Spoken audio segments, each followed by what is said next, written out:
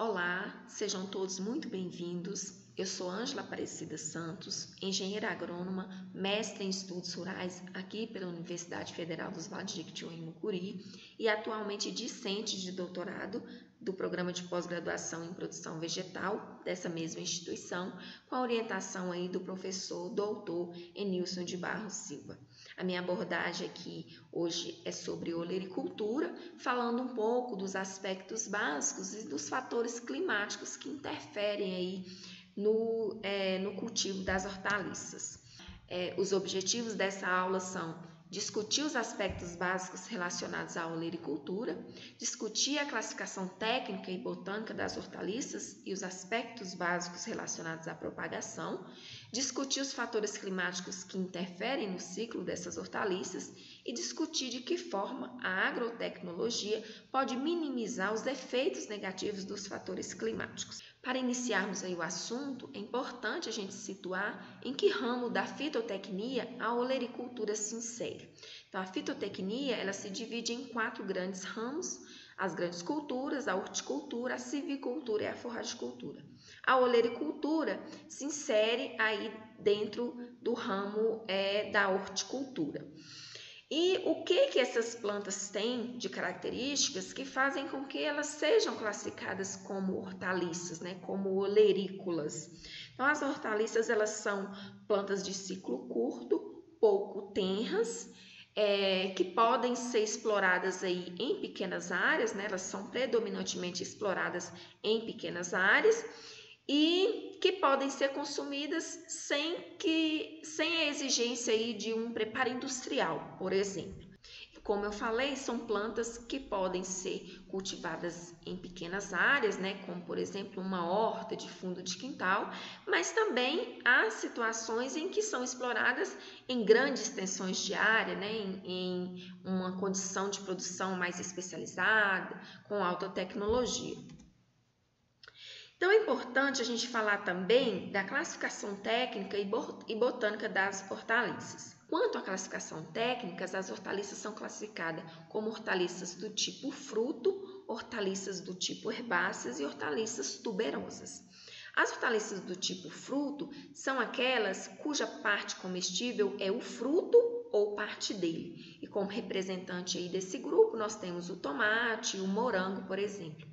Quanto às hortaliças do tipo herbáceas, dentro desse grupo nós temos as hortaliças herbáceas tipo folha, hortaliças herbáceas tipo talo e hortaliças herbáceas do tipo flor. E nessa segunda figura aí, eu trouxe um representante de cada uma dessas subclassificações.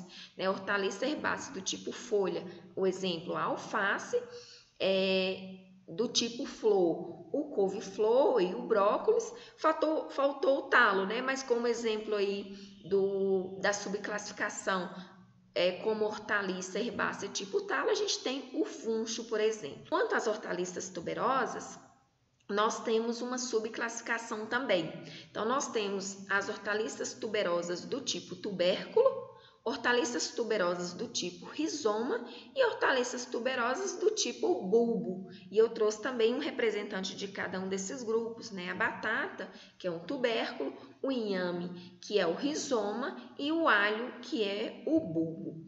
Quanto à classificação botânica, isso nos remete um pouco daquele reficlofage que a gente via lá no ensino médio, que é um pouco de reino, filo, classe, ordem. Então, dentro da taxonomia, a gente via todas aquelas unidades. Mas aqui, falando de hortaliças, nos interessa saber apenas a classe, o gênero e a espécie.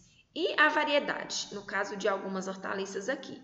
Então, vamos perpassar um pouco por esse assunto para a gente entender melhor como é que se dá essa classificação botânica das hortaliças. Então, em relação ao tomate, por exemplo, o que a gente pode dizer em relação a essa classificação?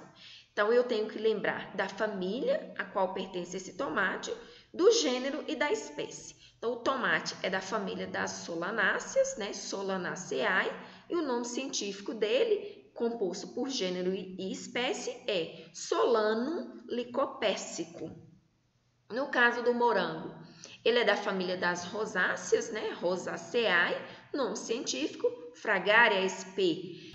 No caso da alface, ela faz parte da família Asteraceae e o nome científico dela é Lactuca sativa. E no caso de sendo uma crespa, por exemplo, como o caso aí da imagem, a variedade crispa. No caso do couve-flor, Brassica oleracea, variedade Botrytis. Então, a família aí, no caso do couve-flor e do brócolis, é a família das brássicas, a Brassicae. Em relação à batata, a batata faz parte da mesma família do tomate. Então, é da família Solanaceae. E o nome científico da batata, Solano tuberoso. Em relação ao inhame, ele é da família das aráceas e o nome científico é Colocasia esculenta. No caso do alho, da família das aliáceas, o nome científico alho sativo. Então, essa classificação, sobretudo a classificação técnica, nos remete muito ao tipo de propagação a ser adotado para essas hortaliças. Quanto à propagação das hortaliças, ela pode ser sexuada ou assexuada. A propagação sexuada, ela pode ser ainda por semeadura direta ou por semeadura indireta. Só que se vai ser por semeadura direta ou semeadura indireta, vai depender do tipo de hortaliça. Então, a gente já pode adiantar que uma hortaliça cuja parte comestível fica abaixo do solo, eu não posso propagá-la, por exemplo, por semeadura indireta. Eu não posso levar a semente, semear lá numa bandeja de isopor, por exemplo, fazer a mudinha e depois levar para o local definitivo. Porque essas plantas, as plantas cuja parte comestível fica abaixo do solo, elas não toleram o transplantio. Isso porque quando eu pegar a mudinha, levar para o local definitivo, pode acontecer dessa parte subterrânea ficar torta e assim vai ser o produto final. E esse produto final, no caso de uma cenoura, por exemplo, torto, todo mal formado, ele tem um valor comercial baixo. Isso não é interessante. Então, nós temos hortaliças que toleram o transplantio, nós temos o caso aí do tomate, da alface, da couve, que eu posso tranquilamente levar a semente, produzir a mudinha lá na casa de vegetação e depois levar para o canteiro. E quanto à propagação assexuada, nós temos o caso aí da batata, por exemplo, que para ser propagada eu preciso de uma batata semente. No caso do alho, por exemplo, eu também preciso de um alho semente. As sementes dessas plantas não são viáveis, para que sejam propagadas. Elas precisam ser reproduzidas, propagadas aí por via assexuada, usando-se uma parte da planta ou usando a batata semente, como eu acabei de falar, ou o alho semente também, como eu acabei de falar no caso dessas culturas. Essas hortaliças, elas são diretamente influenciadas por fatores climáticos. Então, dependendo da condição climática e do tipo de hortaliça, aquele cultivo ali, ele não é viável. E o fator que mais afeta o cultivo das hortaliças é a temperatura. E a temperatura, devido à influência da temperatura, as hortaliças são classificadas como hortaliças de clima quente, que são as hortaliças primavera-verão, o quiabo, por exemplo. As hortaliças de clima ameno são hortaliças, as ditas de outono, e hortaliças de clima frio, que são as de outono e inverno. Então, as hortaliças de clima quente, por exemplo, elas precisam de uma faixa de temperatura mais elevada, não tolera baixas temperaturas e muito menos geadas. Então, eu preciso observar esse fator se eu quero instalar numa região onde eu não tenho essa condição de temperatura, uma determinada hortaliça que tenha essa exigência. De clima frio, nós temos, por exemplo, o alho, as cultivares de alho sulinas, sobretudo, que tem uma alta exigência de frio, para se desenvolver plenamente. O outro fator é a termoperiodicidade estacional.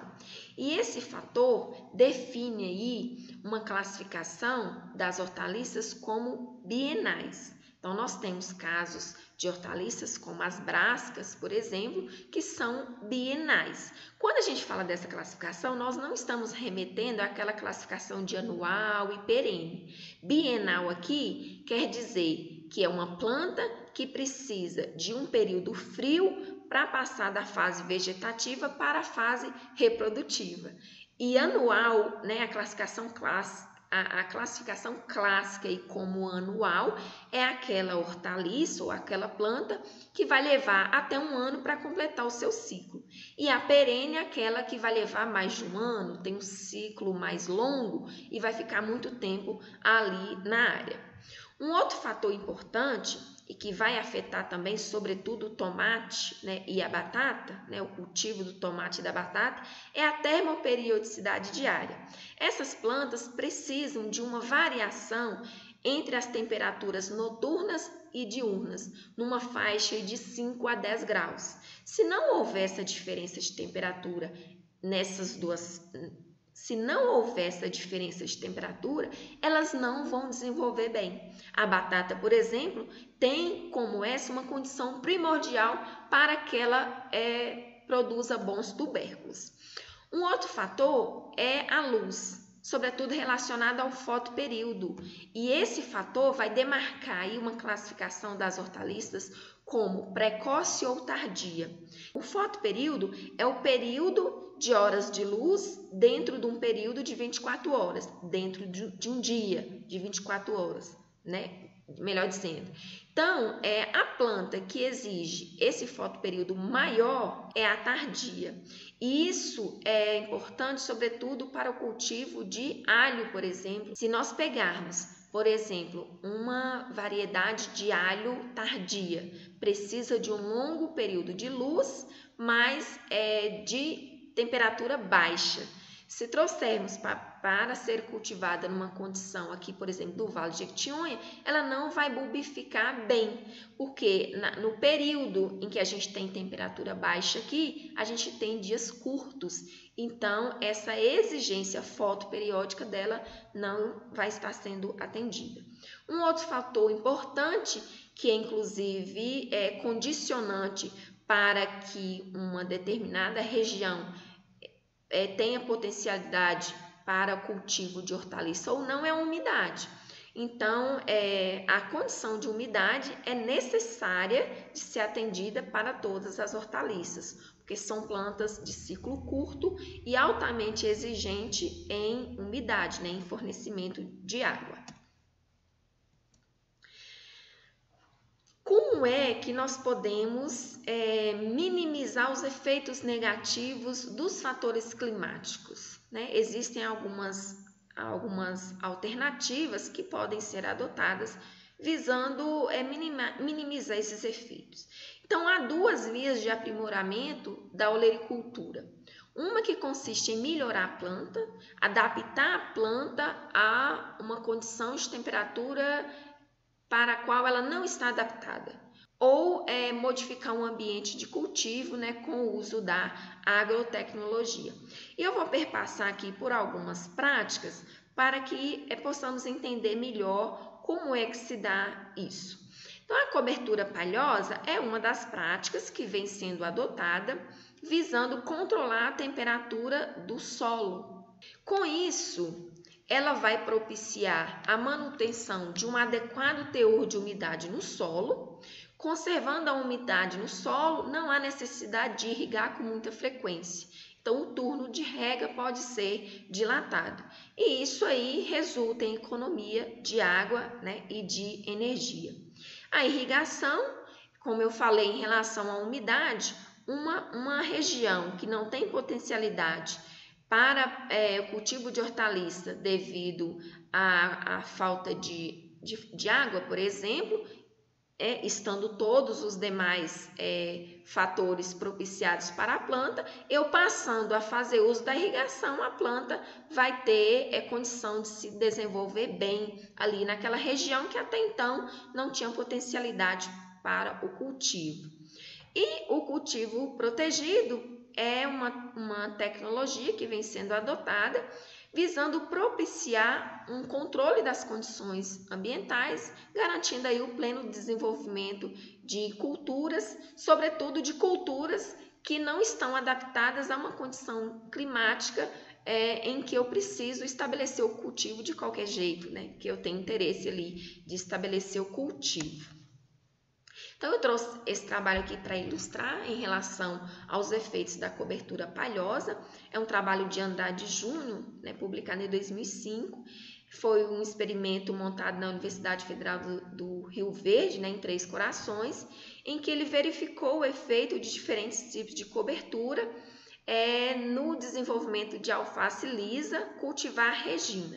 E ele verificou que todas as coberturas em relação à condição de solo nu propiciaram o melhor desenvolvimento da alface, de forma que ela apresentou resultados significativos para todas as variáveis avaliadas quando foi cultivada numa condição em que esse solo foi coberto.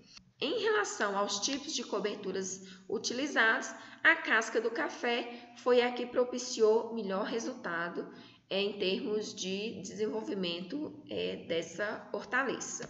Para ilustrar o efeito da irrigação, eu trouxe esses dados aqui, que mostram, né, a produtividade do alho em função de uma condição de irrigação e de suspensão dessa irrigação 10 dias antes da colheita, 20 dias antes da colheita e 30 dias antes da colheita. E a água fornecida foi em diferentes lâminas, 70% em relação à capacidade de campo, 100% em relação à capacidade de campo, 130%, 160%, 190% em relação à capacidade de campo.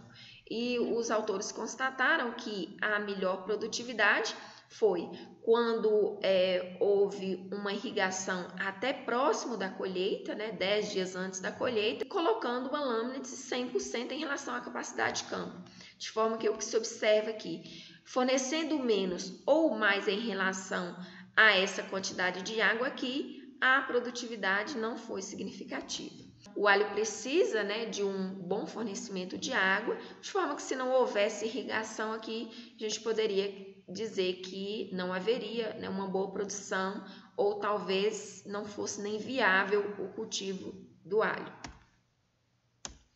E a outra tecnologia que vem sendo muito adotada é o ambiente protegido, que são essas estruturas aqui, o túnel alto, o túnel baixo, é uma casa de vegetação com um pé direito, que é esse caso aqui, e são estruturas cobertas por plástico, né, pelo polietileno de baixa densidade.